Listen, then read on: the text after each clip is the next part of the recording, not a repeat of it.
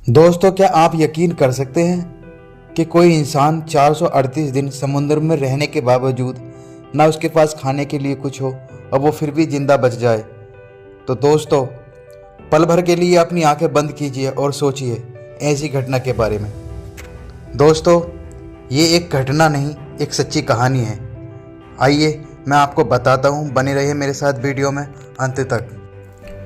पल भर के लिए अपनी आंखें बंद कीजिए और कल्पना कीजिए आप एक ऐसे इंसान हैं जो किसी हादसे का शिकार हो गया है और कहीं ऐसी जगह पहुंच गया है जहां आपका कोई अपना नहीं है।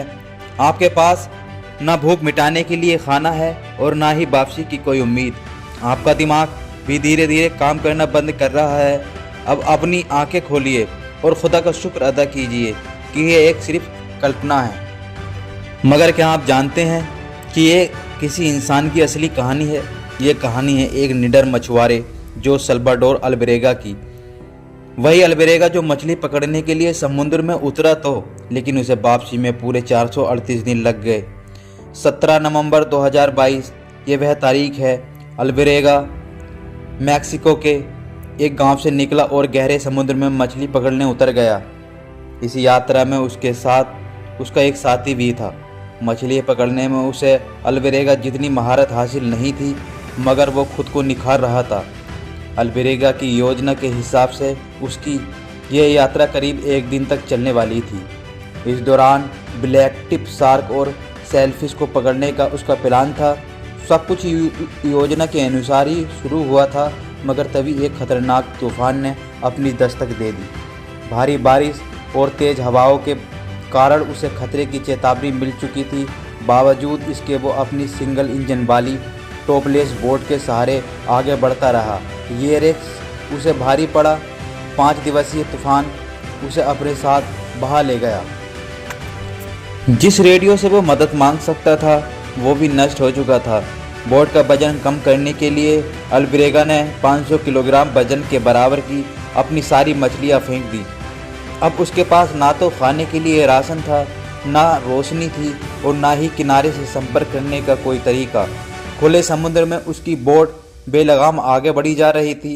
भूख लगने पर वो अपने नंगे हाथों से मछली, कछुए जैसे समुद्री पक्षी पकड़ता और उनका मांस कच्चा ही खा जाता। पीने के लिए अल्बरेगा ने बारिश के पानी का सहारा लिया। एक पल ऐसा भी आया जब उसके पास पीने के लिए पानी नहीं बचा।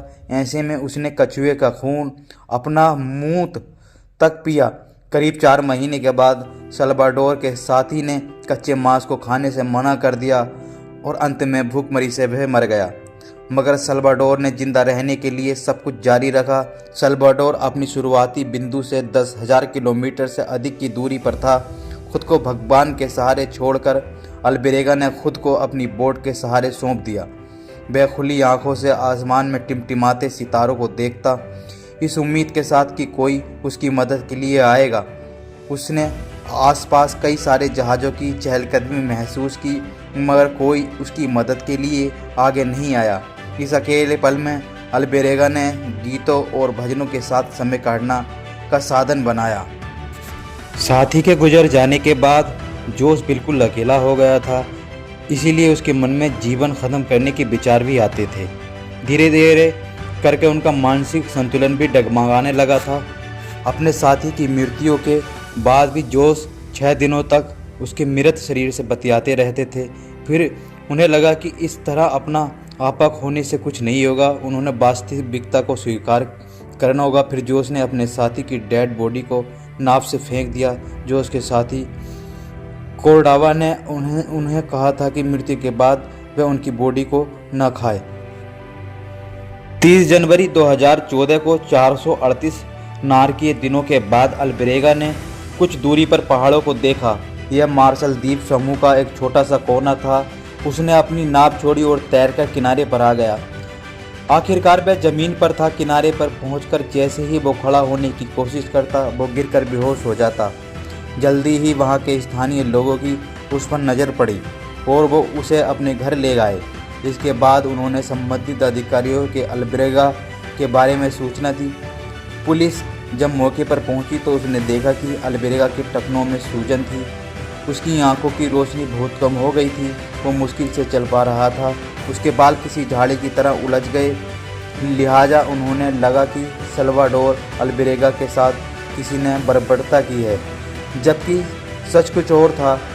आगे अल्बेरेगा की कहानी की सत्यता के लिए कई तरह की जांच की गई और हर जांच इस बात की तस्दीक करती है कि अल्बेरेगा की कहानी एकदम सही है। अल्बेरेगा जब वापस अपने परिवार के पास लौटा तो सभी की आंखें खुली रह गई। सभी ने उसे मृत मान लिया था। सबसे ज़्यादा खुशी अल्बेरेगा के माता पिता और उसकी बच्ची को हुई। 14 साल की बेटी फातिमा अल्बेरेगा के जाने के बाद अपने नाना नानी के साथ रहती थी। ये कहानी थी एक ऐसे आदमी की जो 400 से भी ज़्यादा दिनों तक समुद्र में रहा और अपनी हिम्मत के बूते जिंदा वापस लौट कर आया।